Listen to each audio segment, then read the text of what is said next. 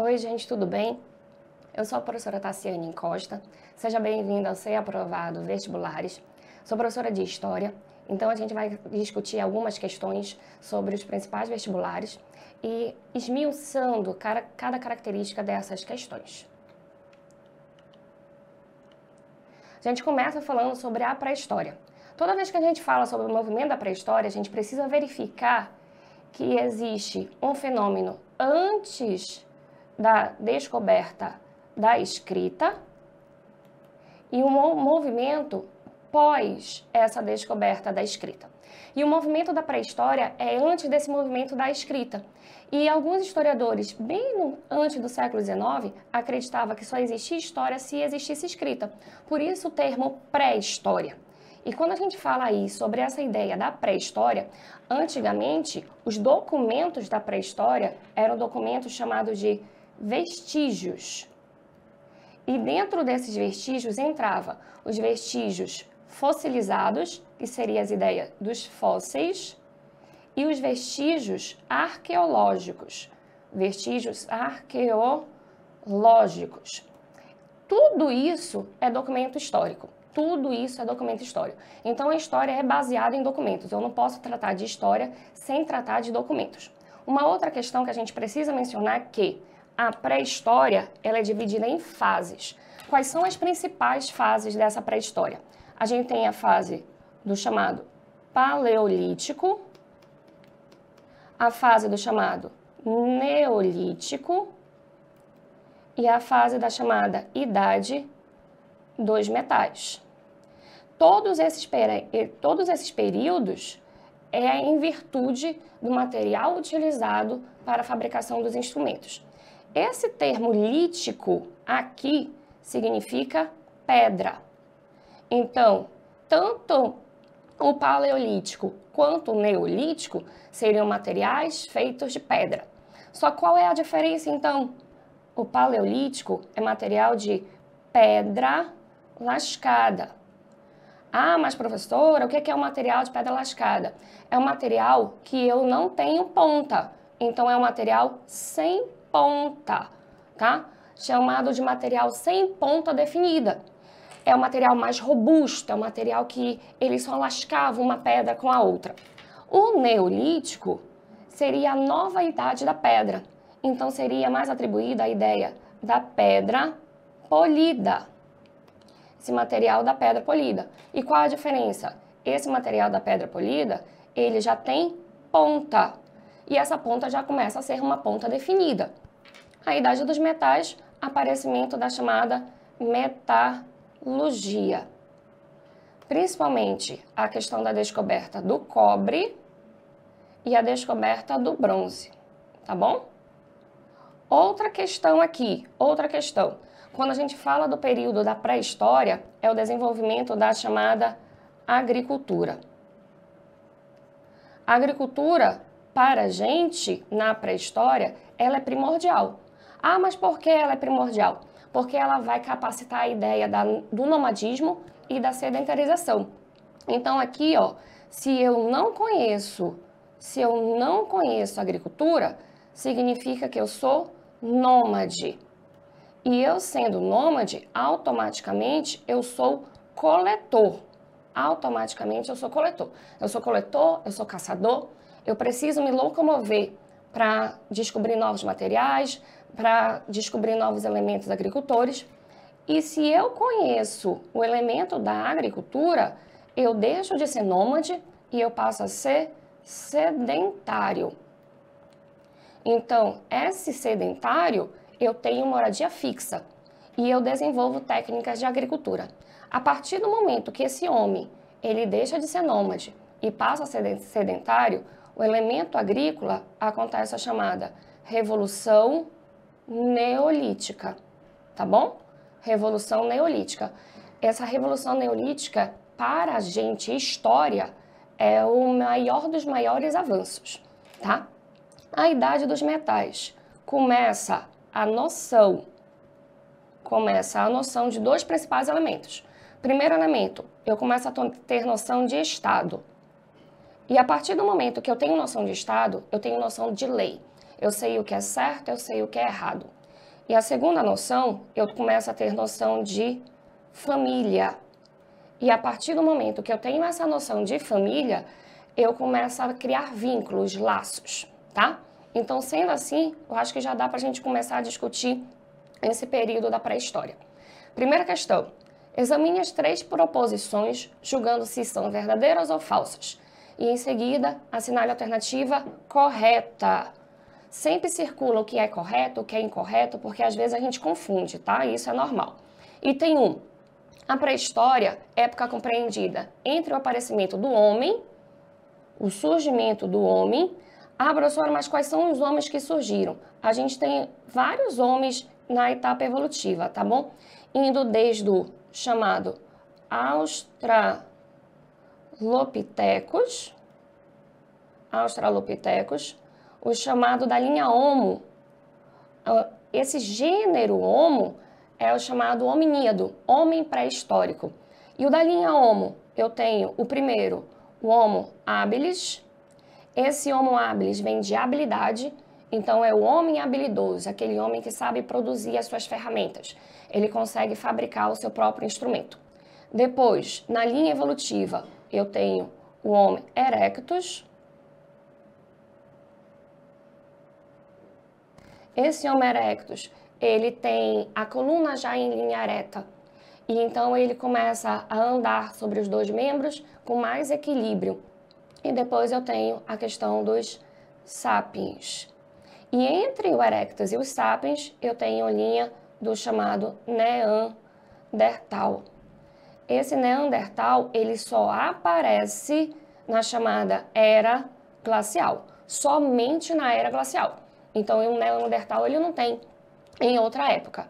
Mas, ao mesmo tempo que ele não tem em outra época, é considerado o homem mais evoluído, é considerado um homem muito mais parecido com a gente, tá?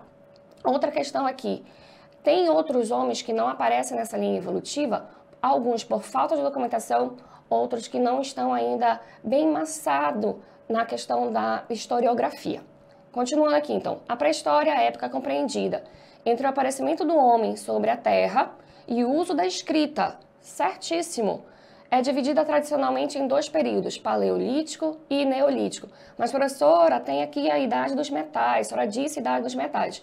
É porque a idade dos metais é do neolítico, mas é só a modificação do instrumento de caça. Então, é verdadeiro. 2. A domesticação de animais. A partir do momento que acontece a domesticação de animais, significa dizer o movimento aqui, ó, da sedentarização, tá? Movimento da sedentarização. E o surgimento da agricultura ocorreram apenas após a invenção da escrita? Claro que não. A gente acabou de ver que não. O item 2 está falso. Já tira tudo que tem o item 2. Tira a letra B, tira a letra A, que fala de todas as proposições, tira a letra D, tira a letra E, que fala que tudo é falso. Ó, 3. A duração do Paleolítico é bem mais extensa do que a do Neolítico, envolvendo níveis técnicos naturalmente mais primitivos, verdadeiro.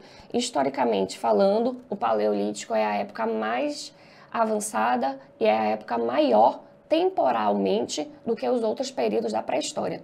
Então, a alternativa correta é a letra C. Uma coisa que a gente não pode esquecer, uma observação aqui. O período da pré-história é um período heterogêneo.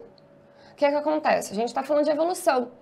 Então, todos esses homens vai ter em algumas regiões que eles vão surgir ao mesmo tempo e através do chamado darwinismo, com a lei de Darwin, que é a chamada lei da seleção natural das espécies, esse homem ele vive harmonicamente entre si. E o que é que diz a lei da seleção natural das espécies? O mais forte tendem a sobreviver em relação ao mais fracos. Então, no mesmo lugar, pode aparecer o Australopithecus, pode aparecer o habilis, pode aparecer o erectus e assim vai, tá bom? Não esquece disso. Segunda questão, mudando aí de assunto, Grécia. Antes da gente analisar a questão grega, bora abrir um parênteses e analisar algumas questões. Primeiro, a região da Grécia, ela é dividida também em fases. Quais são as principais fases? Eu tenho um período chamado do pré-homérico, eu tenho um período chamado arcaico. Nesse intervalo, não esquece aí que eu tenho o homérico, não pode esquecer. Eu tenho o homérico, vou colocar aqui. E eu tenho o período clássico, tá bom? O pré-homérico é a época da formação da Grécia. Eu vou colocar 1, 2, 3 e 4. Bora fazer a nossa legenda aqui. Item 1. Período pré-homérico é a época da formação.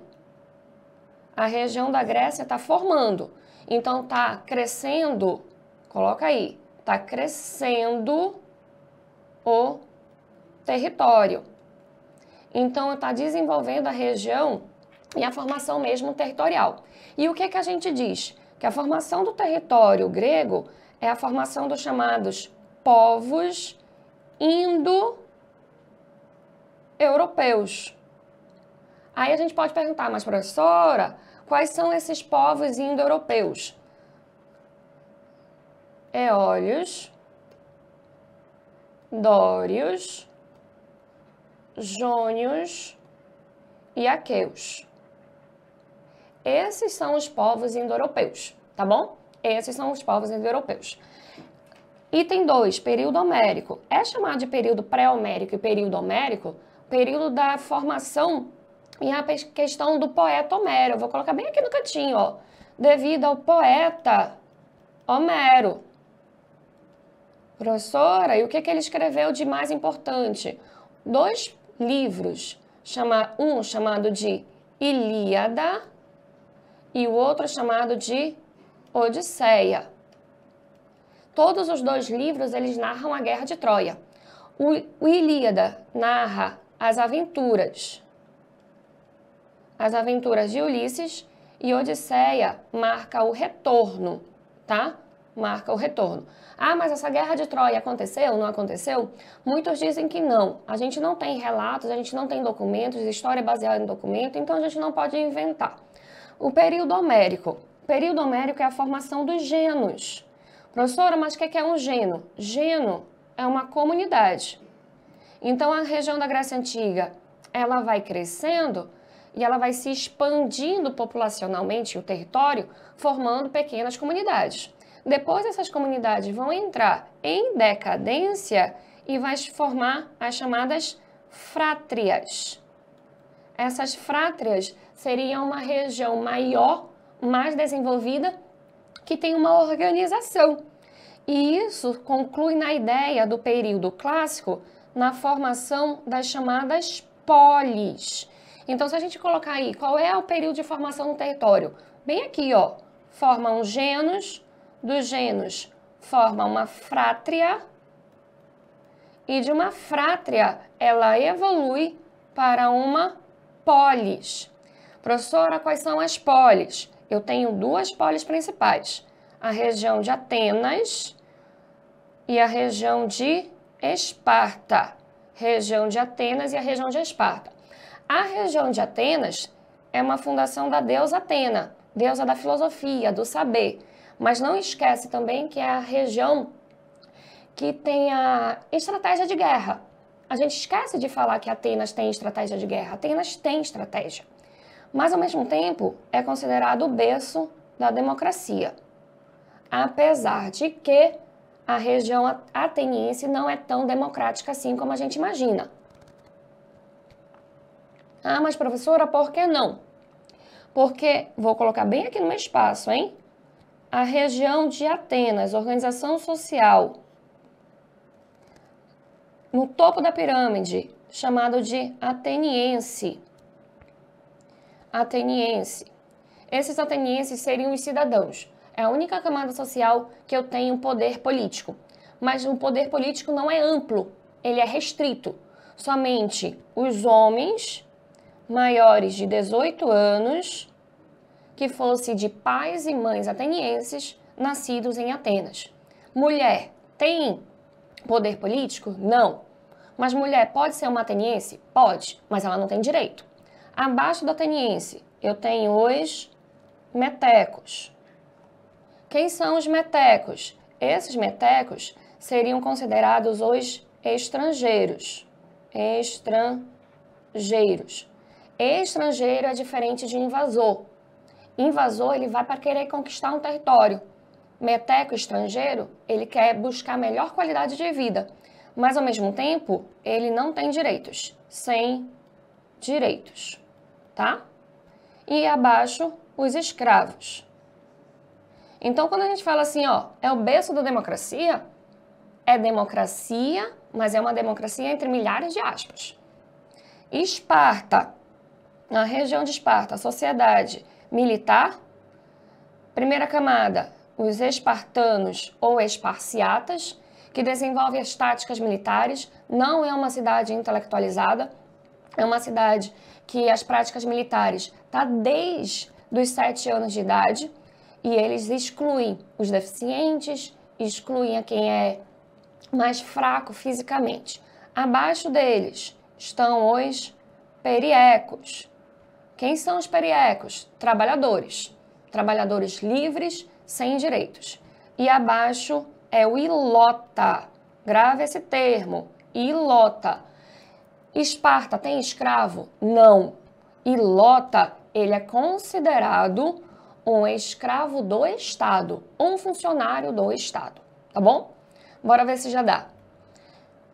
Texto 1, Solo. Professora, quem é Solo? Ele é um grande legislador.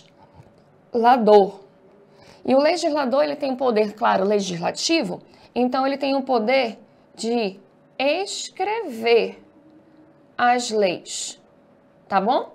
Eu tenho o poder de escrever as leis. E como quem escreve a lei é um cidadão ateniense, ele vai escrever as leis para beneficiar a sua camada social. Sempre pensa nisso. Solon é o primeiro nome grego que nos vem à mente quando terra e dívida são mencionadas juntas. Logo depois de 600 a.C., ele foi designado legislador em Atenas, com poderes sem precedentes. Então, o que é esse poder sem precedente? Ele tem todos os poderes nas suas mãos. Ele pode mandar e desmandar. Porque a existência de redistribuição de terras e o cancelamento das dívidas não podiam continuar bloqueados pela oligarquia dos proprietários de terra por meio da força ou de pequenas concessões. Texto 2. Lei das 12 Tábuas. Mas, professora, eu já li que a Lei das 12 Tábuas não é Grécia, é Roma. Verdade, tá? Isso daqui não é Grécia. Isso daqui é Roma. E isso não é uma Roma qualquer, é uma república, período da República Romana. É muito comum em grandes vestibulares unir os dois períodos clássicos, Grécia e Roma, tá? Ou chamar de período clássico, época clássica, classicismo, enfim. A Lei das 12 Tábuas se tornou um dos textos fundamentais no direito romano. Uma das principais heranças romanas que chegaram até nós. A Lei das 12 Tábuas é considerado um dos primeiros códigos escritos. Ele é um código extremamente amplo em Roma, onde vai dar o plebeu, o direito de propriedade de terra, o direito civis, o direito de participar meramente na política, mas sendo vetado pelo patrício. A publicação dessas leis por volta de 450 a.C. foi importante, pois o conhecimento das regras do jogo da vida em sociedade é um instrumento favorável ao homem comum e potencialmente limitador da hegemonia e arbítrio dos poderosos. Hegemonia significa poder. História gosta dessa palavra. O ponto de convergência. Então, convergência é o ponto comum. O ponto de convergência entre as realidades sociopolíticas indicadas nos textos consiste na ideia de que a discussão de preceitos formais estabeleceu a democracia. Não. O texto 1 pode até estar falando de um sistema democrático porque está falando de Grécia e o Solon é um legislador grego, mas o item 2 não está falando sobre isso, tá bom? B. A invenção de códigos jurídicos desarticulou as aristocracias. A aristocracia é a camada elitizada, é uma elite social. E essa elite social é a elite que tem poder. principalmente poder político. Ela vai ser desarticulada? Não. Todas as leis são leis para beneficiar o poder da aristocracia, mesmo que tenha alguma revolta social. 2. A letra B está falsa. C. Formulação de regulamentos oficiais que instituiu as sociedades. Nenhum dos dois textos fala sobre isso. Letra D. Definição de princípios morais encerrou os conflitos de interesse. Até hoje tem brigas por interesses políticos e sociais, então não. Criação de normas coletivas diminuiu as desigualdades de tratamento. É essa a questão. Criação de normas coletivas diminuiu as desigualdades de tratamento. Ah, mas professor, o que significa isso? A partir do momento que eu tenho algumas revoltas sociais, a grande maioria dessas revoltas sociais são revoltas para adquirir direitos. As camadas sociais, tanto a camada social ateniense, quanto a camada social espartana e a camada social romana, que a gente ainda vai ver, mas seria patrícios, plebeus e escravos, são camadas sociais que querem participação política, querem diminuição das taxas de impostos, querem igualdade social e tudo mais. Então, por isso que vai tentar diminuir. E aí? Tudo bem? Bora para outra. Ainda sobre Grécia. Segundo Aristóteles, professora, eu já ouvi falar dele, mas eu não sei quem é. Aristóteles, ele é um grande filósofo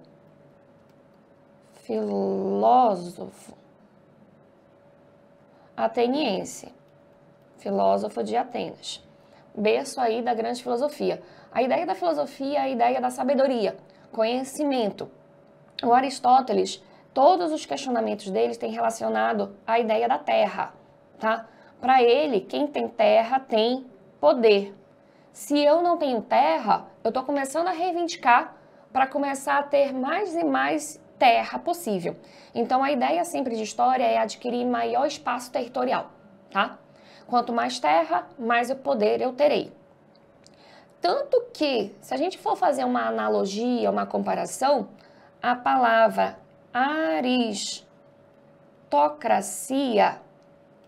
aristocracia, ela vem de Aristóteles e significa uma elite social que possui,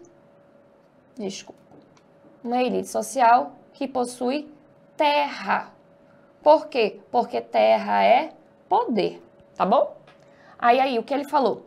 Na cidade, com o melhor conjunto de normas e naquela dotada de homens absolutamente justos, esses homens justos seriam os cidadãos.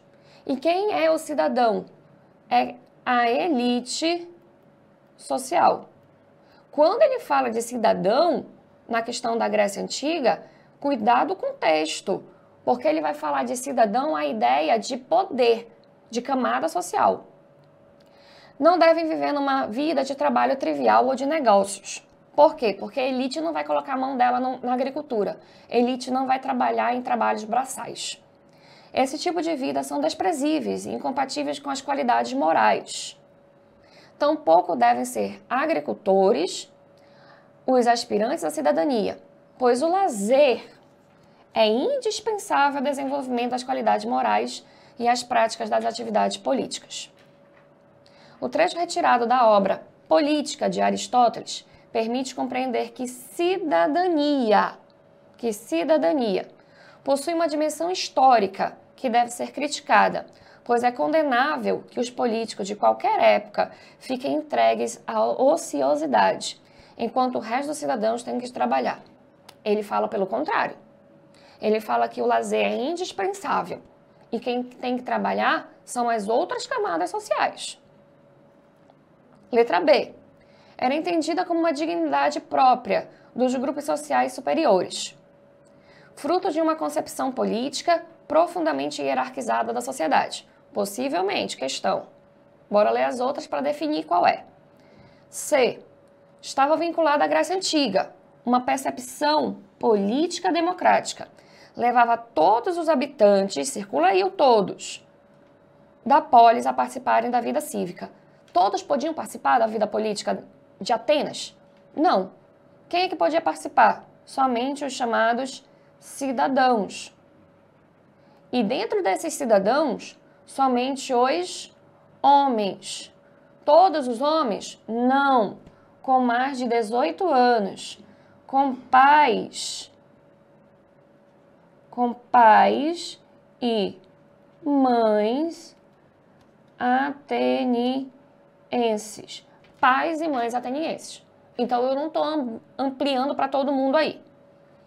A letra C, falso. D, tinha profundas conexões com a justiça, razão pela qual o tempo livre dos cidadãos deveria ser dedicado às atividades vinculadas aos tribunais. Ele não está falando também sobre isso, ele está falando da questão de lazer. O termo aqui, lazer, é o nosso guia. Vivida pelos atenienses, era de fato restrita àqueles que se dedicavam à política e tinham tempo para resolver os problemas da cidade. Não tinham tanto tempo assim não, né? Alternativa, letra B. Tá conseguindo entender, gente? Bora para a próxima. Agora a gente vai trabalhar um pouquinho de Roma, tá bom? Roma. Toda vez que a gente trabalhar um mecanismo de Roma, bora começar a analisar. Primeiro, Roma viveu 3 momentos. A ideia da monarquia, a ideia da república, que a ideia da república é a que mais consta em vestibulares, porque é o período de revolta, principalmente revolta da plebe. Ah, mas professora, qual é a organização social de Roma? Organização social aqui, ó, 3 camadas sociais principais. Alguns historiadores dividem em 4 camadas, mas aí a gente tem que analisar. Patrícios, clientes, plebeus e escravos. Patrícios, clientes, plebeus e escravos. Os patrícios seria chamada a camada da elite social, considerados os descendentes dos povos vencedores. Os clientes seria aquele que tem poder de terra, que receberam terras doadas, tá? Os plebeus, camada trabalhadora, e escravo, aquele que faz todo o trabalho braçal e paga todas as dívidas, né? 3 formas de uma pessoa se tornar escravo. Primeiro, pelo nascimento. Se meu pai é escravo, minha mãe é escrava, automaticamente eu sou escravo. Então, a gente costuma falar uma frase, ó. Filho de escravo, escravo é, tá? Pela dívida e também sendo chamado prisioneiro de guerra. Um invasor, por exemplo, um ateniense quer invadir o território romano e ele não conseguiu fugir de volta para sua região de Roma. Ele é considerado um prisioneiro de guerra. E sendo considerado um prisioneiro de guerra, ele é um escravo, automaticamente um escravo. E quando a gente fala aqui, ó, revolta da plebe, nesse mecanismo aqui da República, o principal mecanismo que existiu na República Romana é um movimento chamado de tribuno da plebe. Professora, o que é um tribuno da plebe?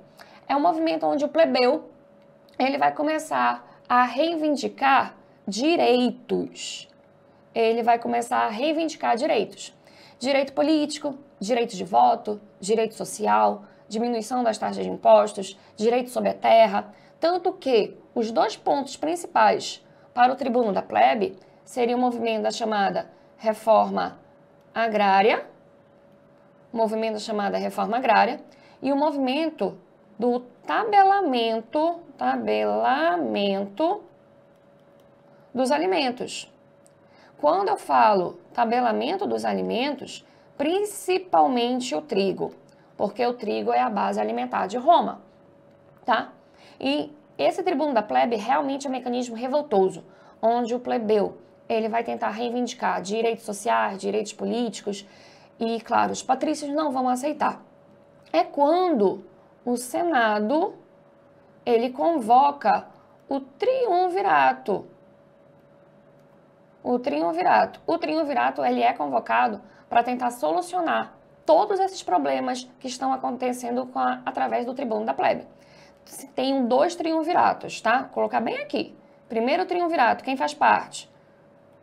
Júlio César, Pompeu e Crasso. Termina o primeiro triunvirato, só o Júlio César aqui no poder. Aí ele é assassinado pelo seu próprio sobrinho, ele é morto por Brutus. É quando ele fala a típica frase, até tu, Brutus, que significaria até tu, meu sobrinho, que eu ajudei a criar, se volta contra mim. Mas claro que a gente não sabe se essa frase foi realmente pronunciada por Júlio César, porque está numa peça de Shakespeare, então assim, pode ser apenas um elemento teatral. Aí é convocado pelo Senado o segundo triunvirato. Quem é que faz parte? O Lépido, o Marco Antônio e o Otávio. E o Otávio Augusto. Termina o período da República Romana com somente o Augusto no poder. Otávio Augusto no poder. É quando ele tinha, a gente fala de Otávio Augusto, porque ele se dá o título de Augusto, tá? Ele se dá o título de Augusto. E esse título de Augusto é o título máximo, é o título de divino, E esse título de divino aqui, ele ganha o título de primeiro cidadão de Roma, tá? Primeiro cidadão de Roma. E para se manter no poder, ele pratica 2 movimentos principais. Primeiro movimento, a chamada Pax Romana. A maioria dos vestibulares adora a Pax Romana.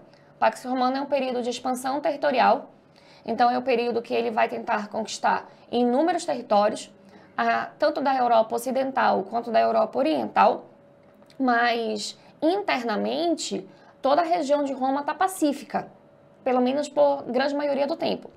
E outra ideia dele é a chamada política do pão e circo.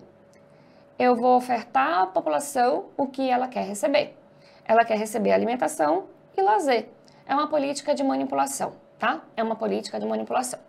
Dentro todo esse cenário, tem na questão guerras púnicas. Professora, a senhora não falou sobre a Guerra Púnica. Guerra Púnica, puxa aí as observações. Guerra Púnica é uma guerra durante a República Romana. É uma guerra também aqui, ó, Roma e Cartago. Então anota, uma guerra entre Roma versus Cartago. Mas, professor, eu não sei nem onde fica Cartago. Cartago é uma colônia fenícia. E Fenícia fica onde? Fenícia é a região atual do Líbano e parte da Síria, tá? Região atual do Líbano e parte da Síria. A gente estudando história antiga, a gente sabe que os fenícios, eles são exímios navegadores. Então, eles saem conquistando as áreas mais próximas da região, tá? Uma guerra aqui. Qual é o motivo central da guerra? Seria a disputa pelo mar Mediterrâneo. Se eu conquisto o mar Mediterrâneo, automaticamente eu conquisto todo o comércio marítimo. Então, aí tem um motivo central, para a gente conseguir entender porque tanto Roma quanto Cartago querem dominar o chamado mar Mediterrâneo. Aí, bora voltar para as questões. As 3 guerras púnicas entre Roma e Cartago no século 3 e 2 a.C. constituíram um processo impactante na antiguidade. Em poucas palavras, as guerras púnicas movimentaram grande quantidade de recursos humanos e econômicos. Economia aqui devido à questão da conquista territorial.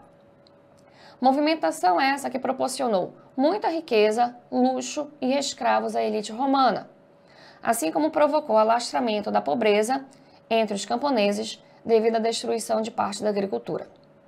A respeito das transformações entre as guerras púnicas provocadas durante a República Romana, assinale verdadeiro ou falso para as afirmativas a seguir.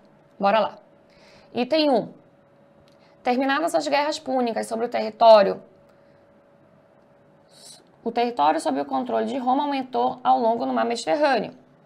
Ah, mas professora, a senhora não disse quem venceu as guerras púnicas. É verdade. Quem sai vitorioso da guerra púnica é a região de Roma, tá? Então, automaticamente, Roma vai conquistar o mar Mediterrâneo e Roma conquistando o Mediterrâneo, ela aumenta o seu território sobre esse mar, incluindo as terras da atual Espanha e o litoral do norte da África, antes sob o domínio de Cartago. Cartago, não esquece, região fenícia. Região fenícia, atual região do Líbano e parte da atual região da Síria, tá bom? Então, bora lá. Isso é verdadeiro ou falso? Terminadas as guerras púnicas, o território sob controle de Roma aumentou ao longo do mar Mediterrâneo, incluindo as terras da atual Espanha e o litoral do norte da África, antes sob o domínio de Cartago. Verdadeiríssimo, verdadeíssimo. Então, aí a gente já tira, ó, letra B, a gente tira a letra D. O comércio no mar Mediterrâneo entrou em declínio. Os patrícios romanos empobreceram e ascenderam politicamente os pequenos e médios proprietários rurais na Península Itálica. Se Roma vence, automaticamente os patrícios eles não vão empobrecer, eles vão enriquecer. Então, falso. Aí já dá para responder, né? Mas bora terminar. Grande número de escravos a preço baixo chegaram aos mercados romanos e consolidou-se o latifúndio escravista, gerando ruína da tradicional sociedade camponesa de Roma. Perfeito! Por quê? Porque Roma é uma nação escravista. Então, todos os povos conquistados de Roma vão se tornar escravos. Último, pacificamente. O Império substituiu a República, os imperadores passaram a ser venerados, certíssimo, venerados inclusive como sendo a representação de deuses na Terra. Então, eles são inquestionáveis. Como deuses e patrícios e plebeus foram submetidos ao mesmo padrão socioeconômico de antes. Falso. Alternativa, então? Letra A. E aí, gente, tá todo mundo entendendo? Espero que sim.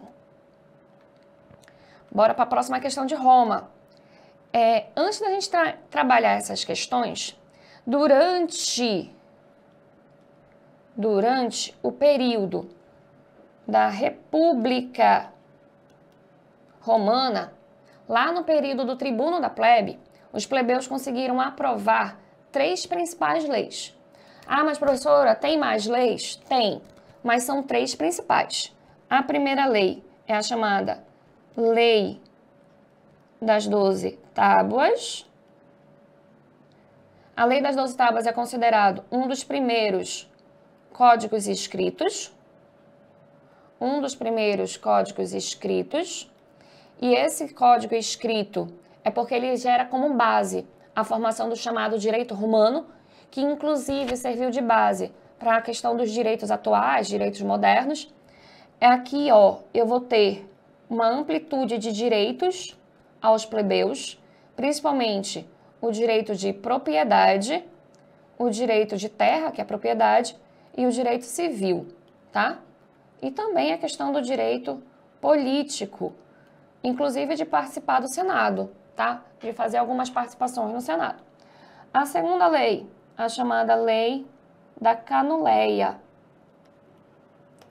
A Lei da Canuleia é a lei que vai permitir o casamento. Entre patrícios e plebeus. Quando eu falo permitir o casamento entre patrícios e plebeus, é porque no início da formação social isso era proibido. E para ter lei, é porque acontecia mesmo na ilegalidade, tá bom? Terceira é a chamada Lei Licínia. Que lei é essa? Essa lei vai proibir a escravidão, por dívida. E a gente sabe que o sistema da escravidão por dívida é uma das formas de um escravo se tornar escravo, tá? Volta lá para a questão, então. A República Romana, a princípio, permitia direitos políticos apenas aos patrícios.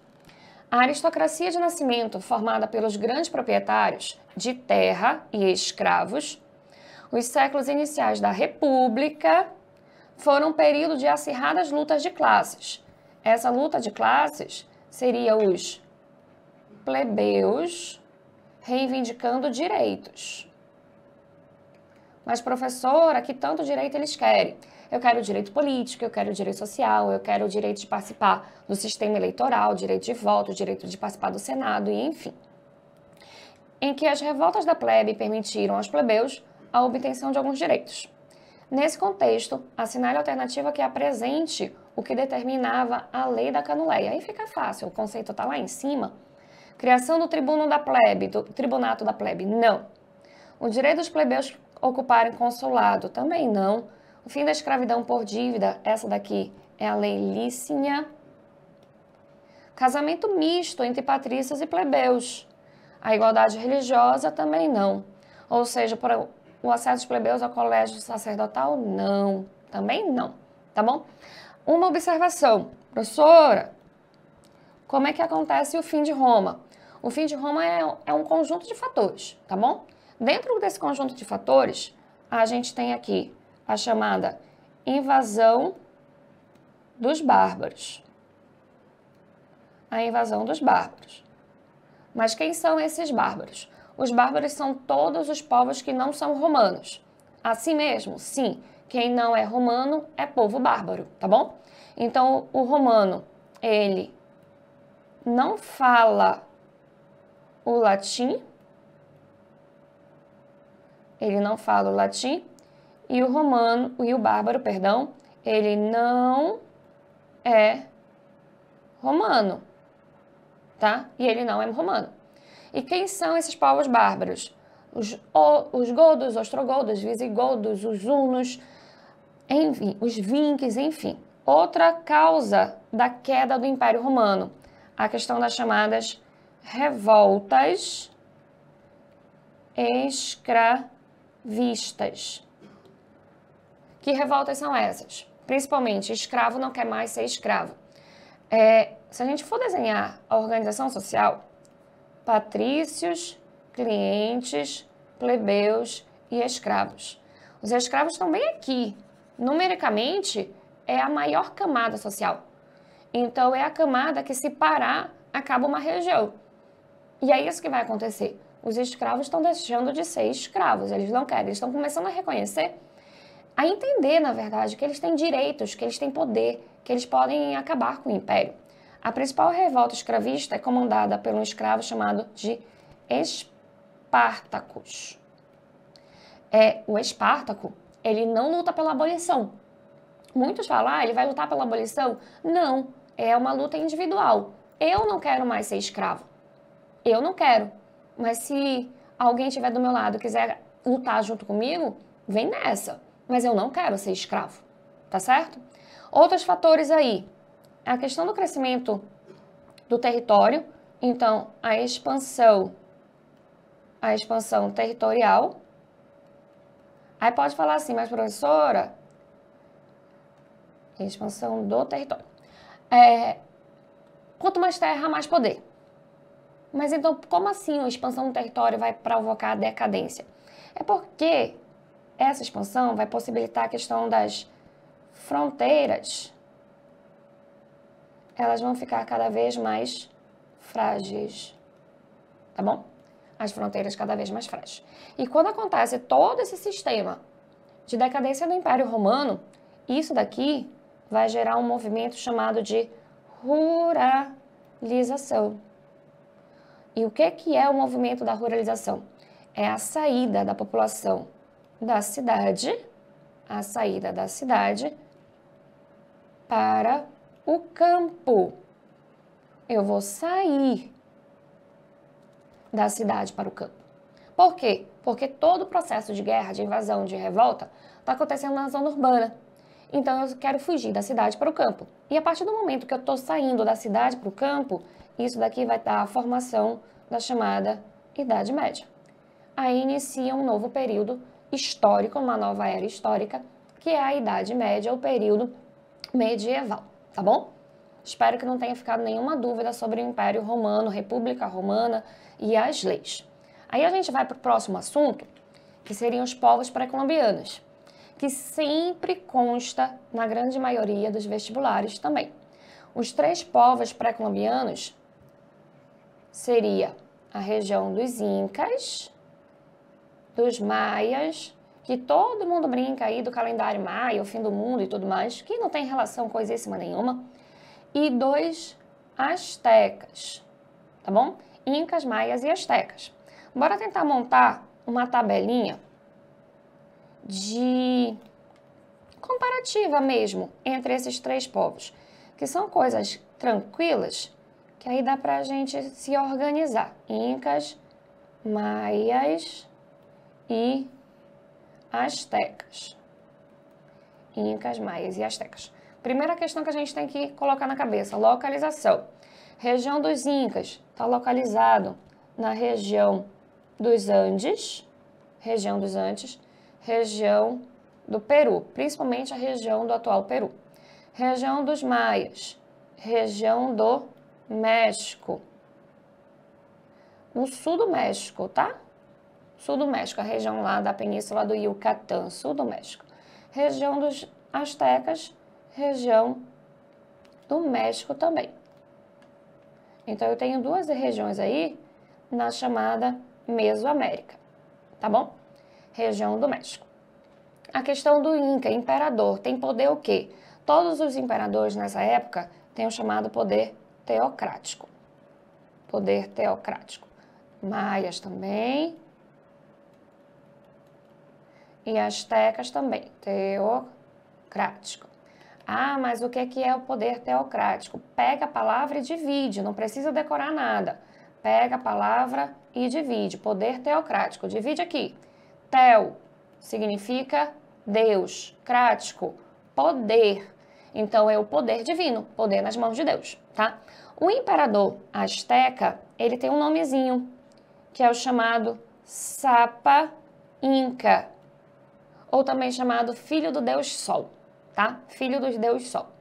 Questão de agricultura, característica aqui dos astecas. Eles construíram um sistema chamado de chinampas.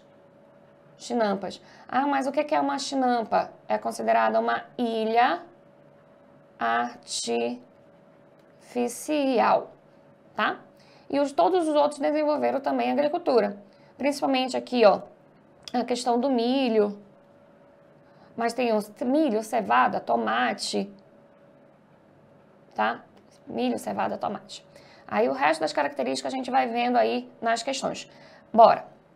Questão 6. Povos pré-colombianos. Com relação à história da sociedade nativa na América, assinale verdadeiro ou falso. A civilização maia caracterizou-se pela hierarquia fraca. O que é hierarquia? Hierarquia é poder. Então, praticamente estou dizendo que o poder do rei ou do imperador é fraco. Se ele tem um poder teocrático, pode ser tudo, menos fraco. Tira esse fraco daí. E pelo monoteísmo, não. É pelo politeísmo. Todos os 3 são politeístas. Politeístas. Todos os 3.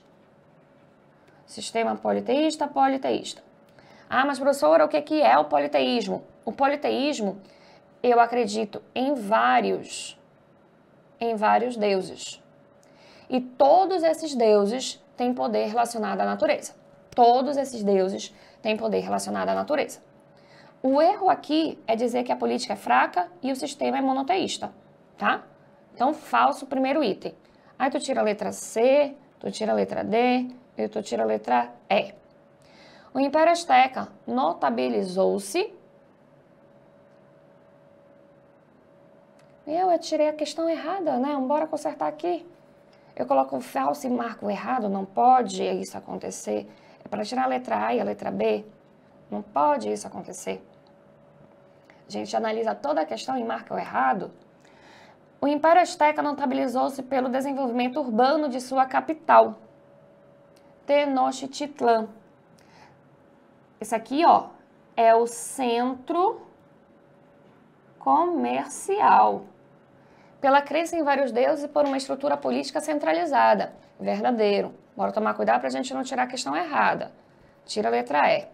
Fica a letra C e letra D. A sociedade inca foi marcada pela rígida separação entre poder político e religioso. Não. Se eu estou falando aí poder teocrático, o imperador, ele acumula poderes.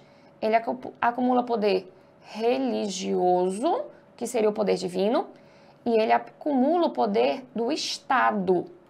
O que é um poder do Estado?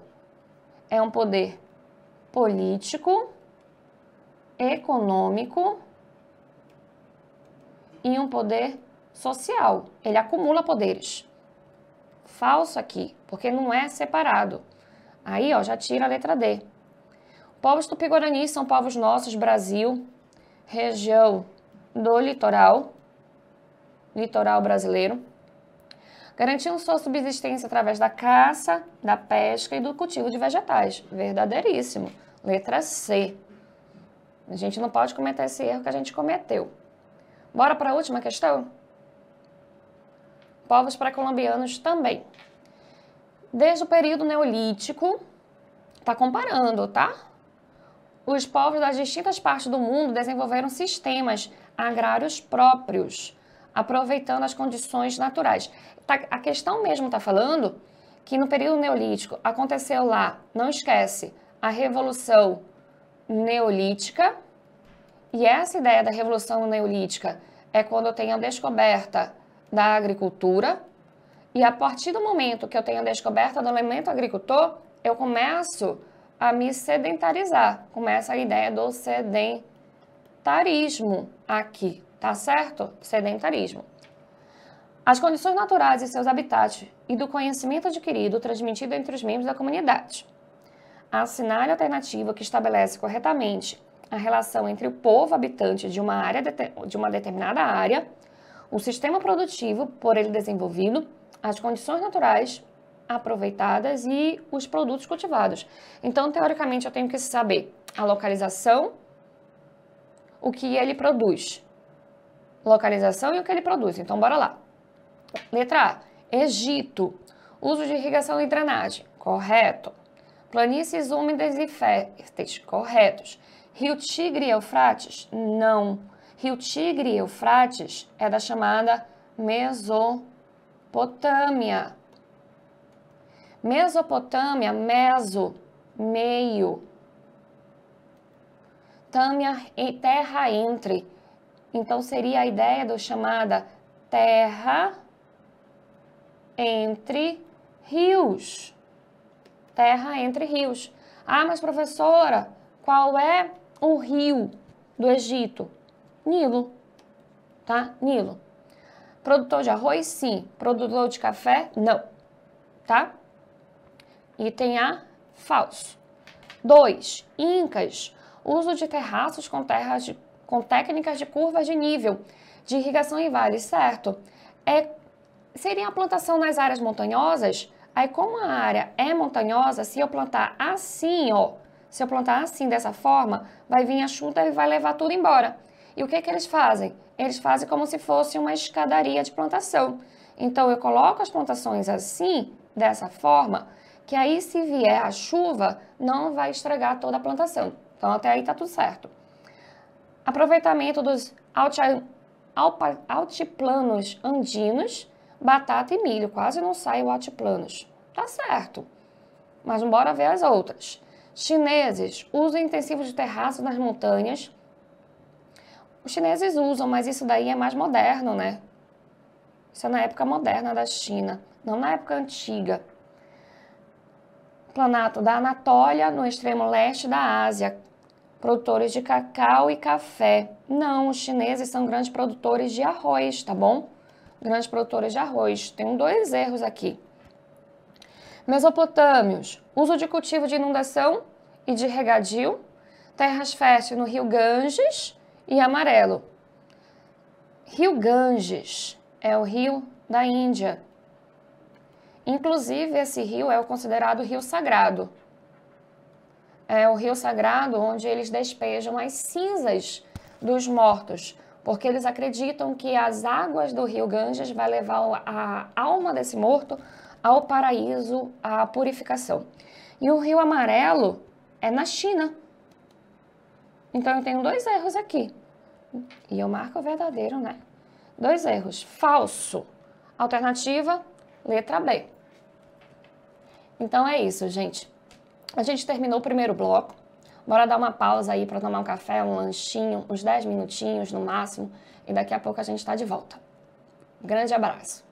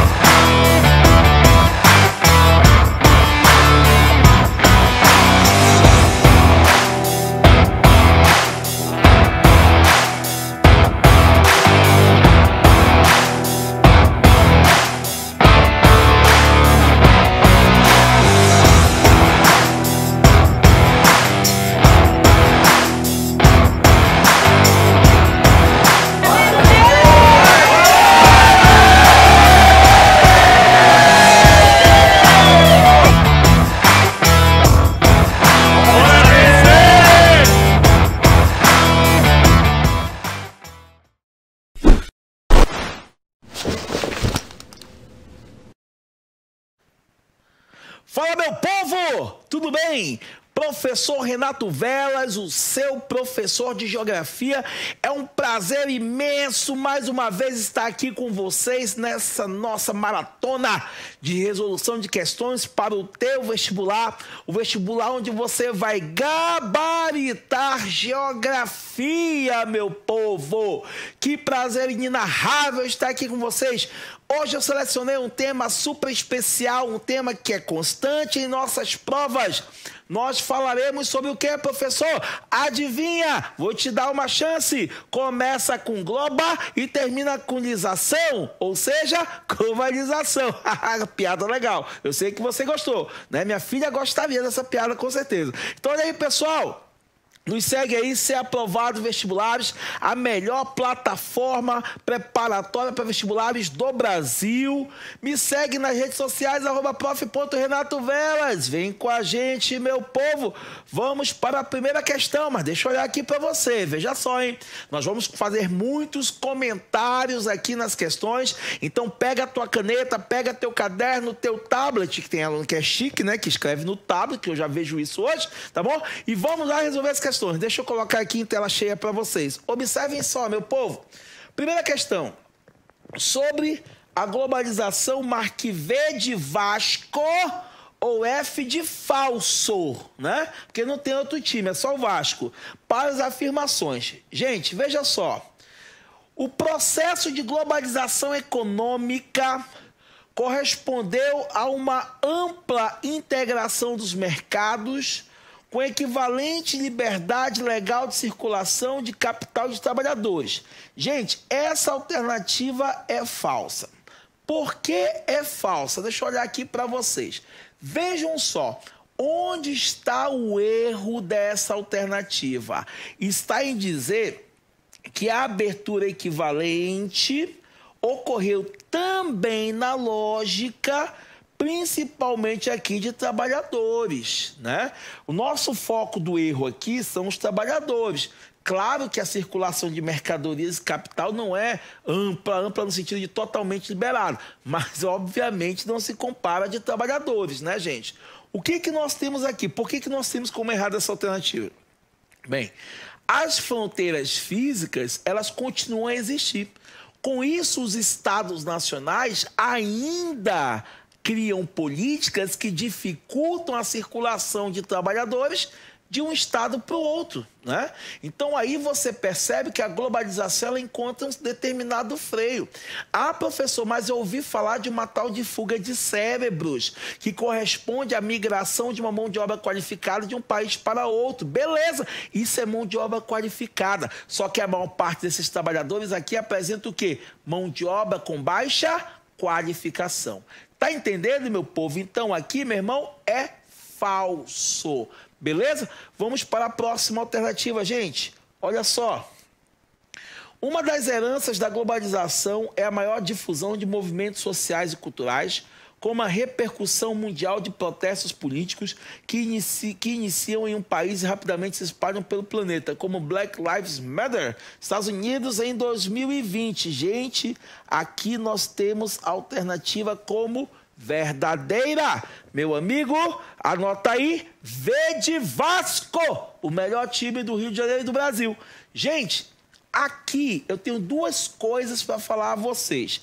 Primeiro, pessoal, o desenvolvimento dos meios de comunicações, ok?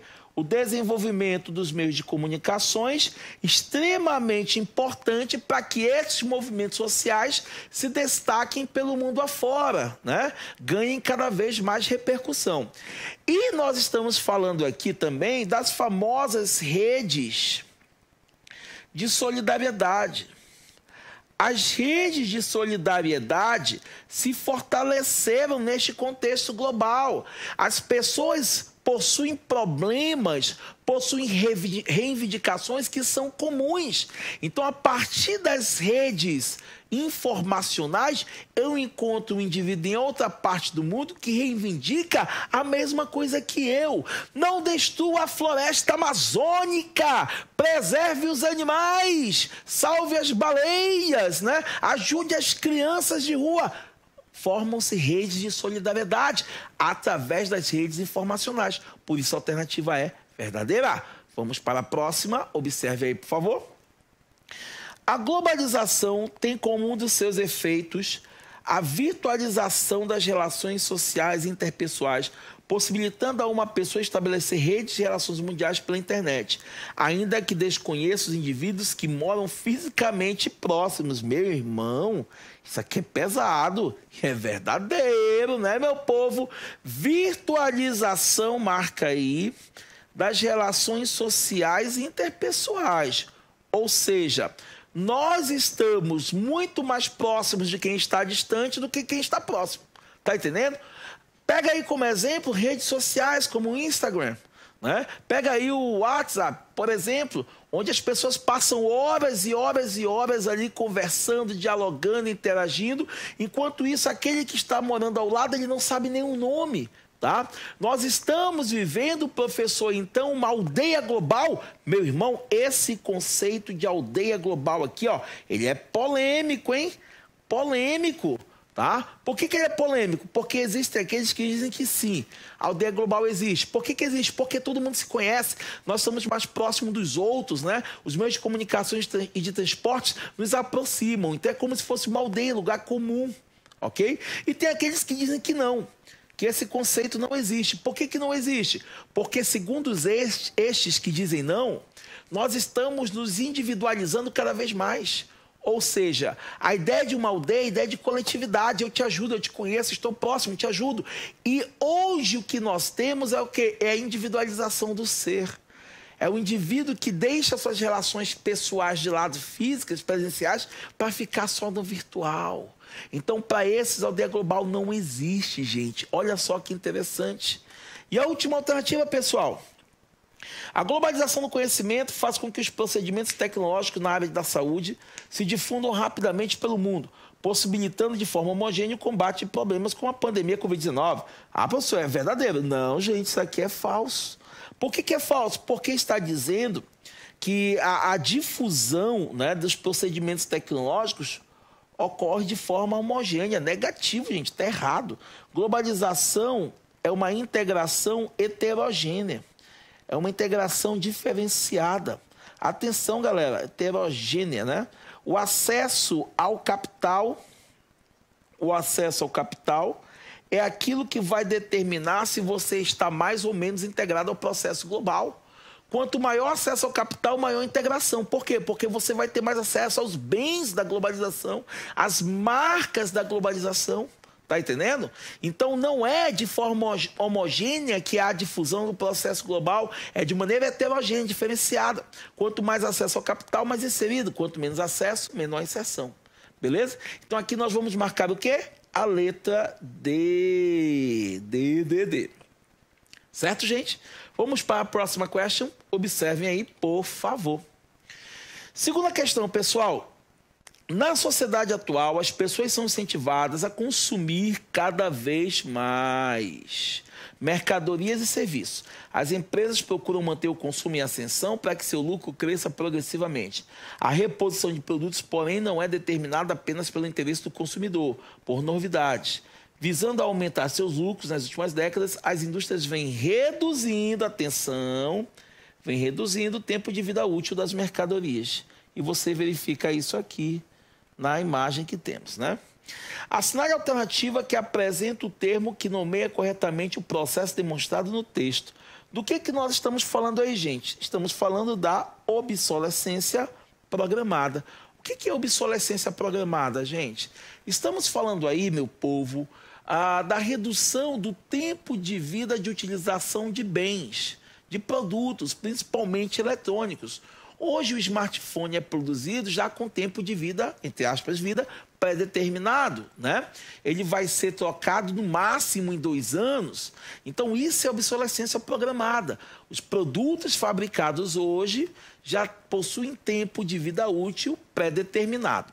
Aí o que acontece? A obsolescência programada, ela é fruto do consumismo, tá?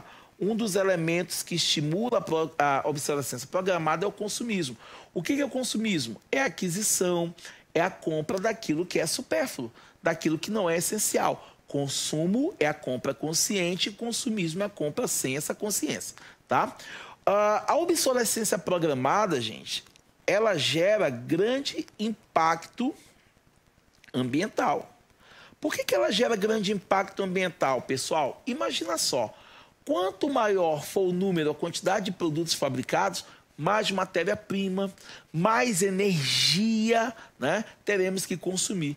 Matéria-prima e energia oriunda de recursos naturais, portanto, gera impacto ambiental. A obsolescência programada, dentro da lógica do impacto ambiental, também gera maior produção de lixo, tá? Maior produção de lixo. Quanto maior for o volume de produtos fabricados, mais produtos serão descartados, ok? E isso, obviamente, não levando em consideração as práticas como reciclagem, né, reutilização, entre outras, tá? Então, quanto maior o volume de produtos fabricados, maior será a produção de lixo. Uma outra situação, a obsolescência programada gera impacto econômico, pessoal. Econômico / financeiro. Por quê? Porque a pessoa, ela acaba sendo estimulada a comprar aquilo que é novo, aquilo que é mais moderno, né? Ela é obrigada a comprar, ela comprou um smartphone hoje, parcelou em 10 vezes, nem acabou de pagar as 10 parcelas, já está comprando outro. E aí ela não percebe que ela está entrando num ciclo vicioso, que isso pode afetar diretamente as suas economias. Tá entendendo? Então nós temos aí esse aspecto financeiro também, beleza? Obsolescência programada, ok? Vamos para a próxima question. Observe aí na tela de vocês, por gentileza. O geógrafo Milton Santos, grande professor Milton Santos, define a globalização da seguinte forma: a globalização é o estágio supremo da internacionalização. O mundo inteiro torna-se envolvido em todo tipo de troca técnica, comercial, financeira e cultural.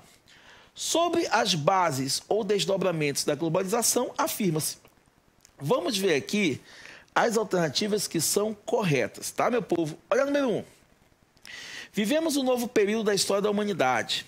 A base dessa verdadeira revolução é o progresso técnico, obtido em razão do desenvolvimento científico e baseado na importância obtida pela tecnologia, a chamada ciência da produção. Pessoal, esta alternativa 1, ela está corretíssima, tá? Corretíssima.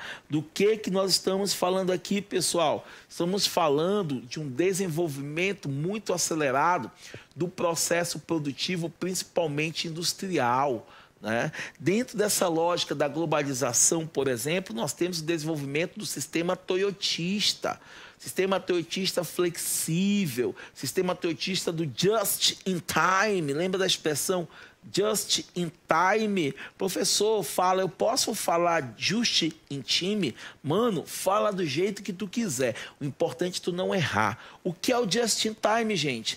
É a produção no tempo certo. É a produção no tempo certo. Ou seja, é produzir conforme a demanda, tá?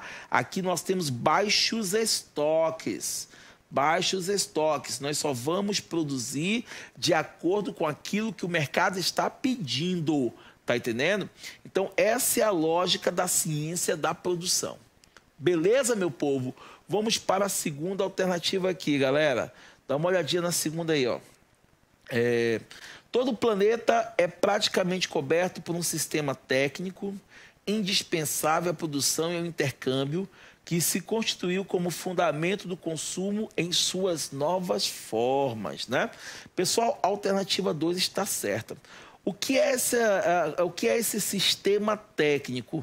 Quando nós falamos aqui da ideia de sistema técnico, nós vamos estar tratando, senhores, de todo o aparato, tá? De todo o aparato tecnológico que nos permite termos relações a nível global mais efetivas. Por exemplo, vamos fazer um Pix? Pai, passa um Pix, beleza. Pega o smartphone rapidamente, Pix na conta da menina, né? Da filhota. Ou seja, temos aqui uma tecnologia que nos proporciona ter um acesso muito rápido, tá, a questões financeiras. Temos tecnologias que nos permitem ler rapidamente as informações, receber informações. Então, este é o sistema técnico que nós temos no mundo hoje, tá? Que nos proporciona realmente um intercâmbio, né, muito fundamentado nessas novas formas de consumo. O que são essas novas formas aqui de consumo, pessoal? A compra à distância, por exemplo, né, o mercado eletrônico, o comércio online, a compra de vários centros fornecedores do mundo. Antes você tinha que contratar uma empresa de importação para comprar um produto importado. Hoje você já compra direto da fábrica que está em outro país. Então essas são as novas formas de consumo. Novas formas de consumo que também se baseiam na ideia da busca por produtos ecologicamente corretos, ambientalmente corretos. Beleza? Então a número 2 também está correta. Vamos aqui para a número 3. Aqui diz o seguinte: a velocidade com que as tecnologias são distribuídas derrubam fronteiras políticas e territoriais, o que permitiu o fim da hierarquia, olha só, o fim da hierarquia na divisão territorial do trabalho. Pessoal, o que é essa atual divisão territorial do trabalho? Imaginem que nós temos países que estão no topo do mundo no sentido de produção de tecnologia e países que estão abaixo, que são aqueles que compram a tecnologia daqueles que desenvolvem, portanto, compram bem mais caros, né? A alternativa 3 aqui está dizendo que, primeiro, essa ideia de velocidade de tecnologia detona as fronteiras. Não, gente, as fronteiras continuam a existir, tá? Aqui a gente fala de fronteira política e fronteira territorial. Elas continuam a existir, beleza? E o segundo erro é o fim da hierarquia. Não, gente. Os países mais desenvolvidos continuam a produzir tecnologia, os países mais pobres continuam a adquiri-las a preço muito elevado. Então, a alternativa 3, equivocada. Vamos para a 4. Graças às novas técnicas, a informação pode se difundir instantaneamente pelo planeta, né? Estamos falando aqui, por exemplo, de uma transmissão via satélite, de uma transmissão mais efetiva, né? Se distribui porque as informações hoje fluem de forma mais rápida, mais célere. Obviamente que aqui temos que destacar o desenvolvimento dos meios de comunicações nos últimos anos, né? Há 20 anos atrás, nós não pensávamos em telechamadas. Hoje nós não pensávamos em mandar fotos, né? Figuras de imediato para outra pessoa, nós não pensávamos em armazenar em nuvem, né? Tudo era no disquete, pendrive, CD-ROM, DVD-ROM. Então, hoje, realmente, há uma evolução muito grande dessas técnicas e há uma fluidez muito intensa da informação no mundo. Beleza, gente? Então, nós temos aí a letra B nessa terceira questão. Ok? Vamos para a quarta question, senhores. O uso contemporâneo do conceito de globalização envolve uso contemporâneo, meu povo. Não esqueçam, tá? O uso contemporâneo no contexto de globalização envolve. Letra A. Imposição do setor industrial sobre o de serviços, autossuficiência energética dos países, ampla mobilidade de pessoas e mercadorias. Meus amigos, o que nós temos aqui é o seguinte, ó. Os países, muitos, não são autossuficientes na geração de energia. Eles dependem de recursos naturais, de matrizes energéticas oriundas de outros países. Essa ampla mobilidade de pessoas, né, é um problema, gente. Por que é um problema? Porque nós temos aqui as fronteiras e principalmente políticas antimigratórias muito fortes hoje no mundo, né? Então, falar que há uma ampla mobilidade de pessoas é um erro gritante. O setor industrial em posição sobre o de serviços. Gente, quem mais emprega é o setor de serviços, é o setor de comércio, tá? Então, a letra A está equivocada. Olha a letra B. Convergência de preços e mercados entre regiões distantes, meios de comunicações ultravelozes e a formação de uma consciência global. Essa consciência global aqui é a ideia de que a globalização, ela é um fenômeno que realmente existe. Não estou dizendo que a globalização é igualitária, porque nós já vimos que a globalização é um processo heterogêneo. É um processo onde o indivíduo que possui maior acesso ao capital está mais integrado e o que tem menor acesso ao capital, menos integrado. Então, aqui nós temos a letra B como resposta. Olha a letra C. Maior importância das barreiras geográficas, constituição de redes de contatos culturais, uniformização mundial de preços, né, gente? Primeiro, as barreiras geográficas, né, elas, apesar de continuarem a existir, elas vão perdendo seu significado e sua importância por conta do processo de globalização. E aqui nós temos a uniformização mundial de preços. O que quer dizer isso? Que os preços são os mesmos em todo o mundo. Não é assim que acontece, né, gente? Nós temos aí fatores que vão diferenciar os preços, como a questão de frete, a questão do consumo, de matéria-prima. Então, há uma variação no mundo. A letra C está equivocada. A D, unidade ideológica e política entre os governantes dos estados. Opa, aqui já tem um erro, né, gente? Não há essa unidade ideológica e política. Governantes e estados pensam de forma diferente. A gente não pode comparar, por exemplo, o governante da Coreia do Norte com um governante norte-americano, né? São posições completamente distintas, tá? Redução das distâncias físicas entre continentes, declínio da diversidade global. Essa redução das distâncias físicas, se tivesse aqui entre aspas, beleza, né? Porque seria uma metáfora. Mas na prática, não há um continente mais próximo do outro, né? Nesse contexto, tá? E não há o declínio da diversidade global, o que ocorre é a ampliação dessa diversidade.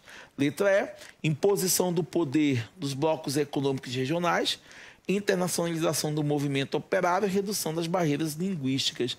Pessoal, os blocos regionais estão numa fase de declínio, né? Uma fase aí de flexibilização. O grande exemplo disso é a própria União Europeia com o Brexit, tá? O movimento operário ele se internacionalizou, mas isso ocorre no século XX, portanto, hoje ele tem um certo arrefecimento, né? E nós temos aí as barreiras linguísticas que foram reduzidas, de certa forma foram por conta da proliferação de forma mais fácil, mais intensa da língua inglesa. Então aqui letra B de bonito, tá? Uma coisa importante, ó. A globalização contemporânea, tá? ela surge a partir do fim da Guerra Fria, tá, gente? A globalização contemporânea surge a partir do fim da Guerra Fria, quando o sistema capitalista se torna hegemônico no planeta. Ele se torna hegemônico e a globalização, como é uma característica do capitalismo, ela evolui junto com ele, tá bom? Então a gente não pode esquecer disso. Vamos para a quinta questão. Dê uma olhada aí, por favor, na tela de vocês. Tal fenômeno não pode ser reduzido a alguns núcleos urbanos no topo da hierarquia. É um processo que conecta serviços avançados, centros produtores e mercados em rede com intensidade diferente, em diferente escala, dependendo da relativa importância das atividades localizadas em cada área face à rede mundial. Bem, a estrutura descrita depende da ocorrência da seguinte característica espacial. Letra A, extensão da malha ferroviária, presença de centros de pesquisa, geração de energias renováveis, automação das unidades produtivas ou qualidade do sistema de telecomunicações. Pessoal, estamos falando de quem? Da globalização. E ao falarmos da globalização, nós temos que lembrar que a integração global, ela passa pelo maior acesso à informação. E esse maior acesso à informação se dá através da maior difusão, maior desenvolvimento dos meios de comunicações, né? O smartphone, a própria televisão, que hoje é completamente diferente da televisão de 20 anos atrás, hoje ela é totalmente integrada à internet, né? Então aqui nós temos a letra E de esplêndido, tá, gente? Nesse contexto da propagação da informação, é muito importante lembrar que a globalização, ela tem um aspecto de imposição cultural, tá, gente? Principalmente se nós lembrarmos que a informação ela vai fluir através de meios de telecomunicações. Então, a globalização impõe a cultura daqueles que são dominantes. Quer ver um exemplo? Que eu vou te dar aqui, um exemplo. 31 de outubro. 31 de outubro, a galera no Brasil está comemorando o Halloween, né? Doces ou travessuras. Vai pedir doce na casa de brasileiro, mano? Tem mal água, vai ter doce, né? Mas, enfim, o que nós temos aí? Uma imposição da cultura norte-americana que se difundiu através dos meios de telecomunicações, né? Nessa questão da globalização, da imposição cultural, nós temos aqui uma aversão do nacionalismo, tá, gente? O nacionalismo, tá? O movimento nacionalista, ele é completamente avesso a essa imposição cultural. O nacionalismo, ele prega a defesa somente daquilo que é do próprio território, né? Que não vem de fora. Então, essa imposição cultural, o hibridismo cultural. O que é o hibridismo cultural, gente? É a mesclagem de elementos de culturas diferentes, não faz parte da lógica nacionalista. Beleza, meu povo? Vamos agora para a question number 6. Observe aí na sua tela, por favor. Olha só, crises geograficamente localizadas têm sido endêmicas na história do capitalismo. Esgota-se o minério, a mina fecha e uma cidade fantasma é deixada para trás. A fábrica local vai à falência por alguma razão e quase todos ficam desempregados. Tais crises localizadas podem desencadear uma espiral fora de controle e criar crises globais da ordem geográfica e econômica. Bem, de acordo com a análise do autor, as crises econômicas globais, letra A, consolidam organismos internacionais que promovem um controle financeiro do sistema capitalista? Não, né, meu povo? Esse controle financeiro do sistema capitalista, ele não vai ocorrer desta maneira. Nós temos que lembrar que hoje há uma maior interdependência dos mercados financeiros no mundo, né? A ideia qual é? É que esses mercados tenham aí uma fluidez de capital muito intensa, sem barreiras, sem controle. A ideia é fluidez direta, tá? B, consolidam uma dinâmica multiescalar, vou colocar aqui para você, que envolve a inserção de cada país na divisão internacional do trabalho. Meus amigos, a letra B, ela está correta, tá? O que ela significa? O que ela quer dizer? Que cada país tem uma função específica na divisão internacional do trabalho. Isso não é de hoje, tá, gente? Já vem de muito tempo. Por exemplo, no período colonial, as colônias, dentro da divisão internacional do trabalho, tinha um papel de só fornecer matéria-prima às metrópoles. E as metrópoles produziam lá manufaturados e vendiam a preço elevado às suas colônias. Era uma divisão do trabalho. Hoje, esses países que antes só forneciam matéria-prima, hoje eles recebem indústrias, né? Só que são indústrias multinacionais. As filiais dessas indústrias se instalam nos seus territórios, produzem e exportam. Então, há uma nova dinâmica, né, nessa divisão internacional do trabalho. Beleza? Então, nós temos aí cada país com seu papel específico. Olha a letra C aqui. Diminui a circulação de bens e capitais, que estabelece o mercado de trabalho. Primeiro, há um aumento dessa circulação de bens e capitais, não a diminuição. E se houvesse a diminuição, gente, não haveria o restabelecimento do mercado de trabalho, o que haveria a perda de postos de trabalho, né? Letra D, constitui um marco no sistema comercial que fortalece as políticas nacionalistas dos mercados. A ideia não é juntar nacionalismo e mercado, gente. A ideia aqui qual é? É de livre mercado. O que é livre mercado? São as livres relações comerciais, né? A própria iniciativa privada, os privados vão se relacionar entre si de forma muito livre. E a letra E estabelece uma concentração espacial da riqueza que estimula a recuperação dos mercados fragilizados. Ora, gente, se existe uma concentração espacial da riqueza, os mercados fragilizados não se recuperarão, muito pelo contrário, continuarão a sofrer com essa centralização, tornar-se-ão cada vez mais pobres. É o famoso abismo da globalização. De um lado nós temos os ricos do planeta e do outro lado os pobres. Esse abismo ele só aumenta, ok? Vamos lá para a 7ª question. Atualmente, a economia sob demanda está alterando de maneira fundamental nossa relação com o trabalho e com o tecido social no qual ela está inserida. Mais empregadores estão usando a nuvem humana para as coisas serem feitas. As atividades profissionais são separadas em atribuições e projetos distintos. Em seguida, elas são lançadas em uma nuvem virtual de potenciais trabalhadores, localizado em qualquer parte do mundo, né? Aí nós estamos falando da ideia de nuvem humana, gente, no sentido de que se pode encontrar hoje trabalhadores no mundo todo, né? Você pode ter uma demanda, como por exemplo, a tua empresa, vamos imaginar, necessita de alguém para editar vídeos.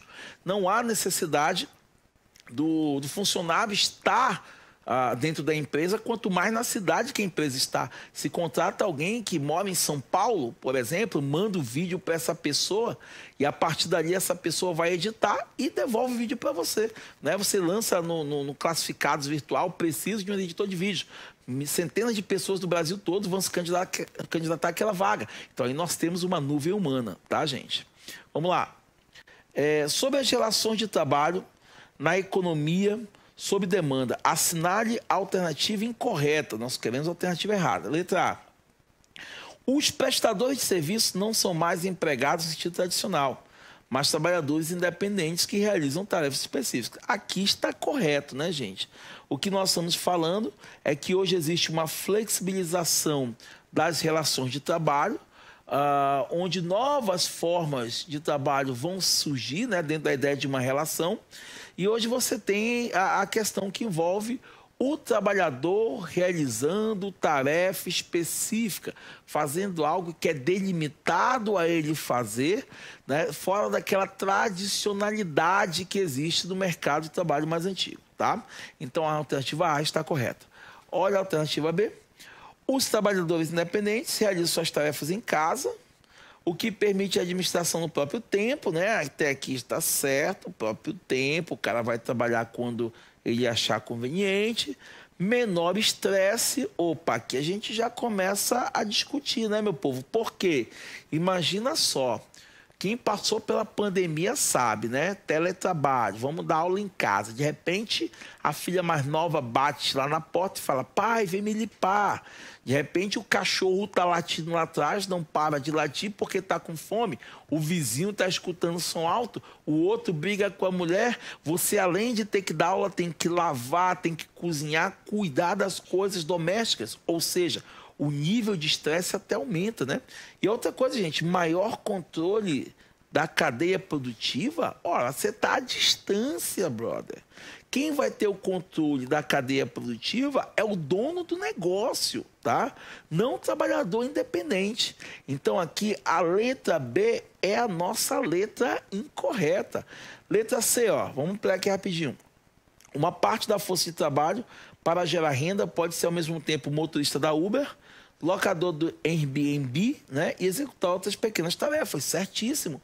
Você vai diversificar a tua carteira de pequenos negócios, né? Vai dirigir o aplicativo, vai locar a sua casa por temporada, né? Vai fazer outras tarefas, como, por exemplo, fazer impressão de documentos, plastificação de documentos, entre outras coisas. Tudo isso hoje pode ser demandado via virtual. Olha aqui a letra D. Os trabalhadores se deslocam de tarefa em tarefa, não usufruem dos direitos trabalhistas, dos ganhos das negociações coletivas e da segurança no trabalho. O que a gente está falando aqui, galera? Da precarização das relações de trabalho, tá? Precarização das relações de trabalho, ou seja, a ideia de que o trabalhador vai perder direitos e garantias trabalhistas dentro dessa nova lógica do mercado de trabalho, né? Ou seja, o indivíduo vai ter que realizar várias tarefas, várias funções, no menor espaço de tempo e não vai ser coberto pelas garantias e direitos trabalhistas. E a letra E, os trabalhadores autônomos vivenciam novas relações de trabalho, em que os contratantes estão desvinculados da obrigação de pagar salário mínimo e benefícios sociais. Isso aqui nós vamos chamar de uberização, tá? É a famosa uberização, ou seja, o discurso é de que o trabalhador é um parceiro da empresa, quando, na verdade, para ele oferir um lucro maior, ele tem que trabalhar muitas horas por dia, né? Ele vai ter que, dentro dessa ideia de parceria, abrir mão de direitos e garantias trabalhistas, beleza? Então, aqui na sétima e última questão, letra B de bonito. Meus amigos, eu espero que vocês tenham gostado do diálogo aqui sobre globalização e principalmente aprendido. Sou o professor Renato Velas e te encontro em outra oportunidade. Valeu, meu povo. Até mais.